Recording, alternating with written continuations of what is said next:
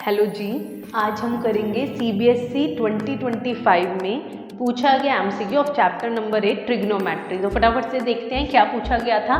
Which of the following statements is true. ठीक है, 4 statement दिए हैं और हमसे पूछा जा रहा है इनमें से क्या से कौन सी स्टेटमेंट ट्रू है। इसे समझने के लिए पहले आपको ट्रिग्नोमेट्रिक टेबल पर एक नज़र मारनी पड़ेगी। तो आइए देखिए, अगर आप ध्यान से ऑब्जर्व करेंगे तो 0 से 90 जाने पर साइन थीटा की वैल्यूज इंक्रीज होती है, वहीं उल्टा आ जाइए 0 to 90 जाने पर कोस थीटा की वैल्यूज डिक्रीज हो रही हैं। बट इतने से हमें आंसर नहीं मिल रहा है, तो फिर क्या।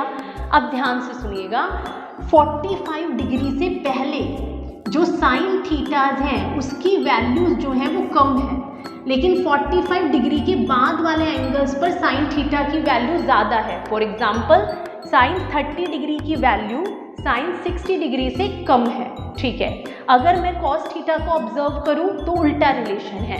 45 डिग्री से पहले कॉस थीटा जो है उसकी वैल्यूज ज़्यादा है, बड़ी है, लेकिन 45 डिग्री के बाद वाले एंगल्स पर कोस थीटा की वैल्यूज कंपैरेटिवली छोटी हैं। इट मीन्स आप ऑब्जर्व कीजिए, जो कॉस 30 डिग्रीज है वो बड़ा है कॉस 60 डिग्री के कंपैरिजन में। तो यहीं पर इस क्वेश्चन का आंसर छिपा था।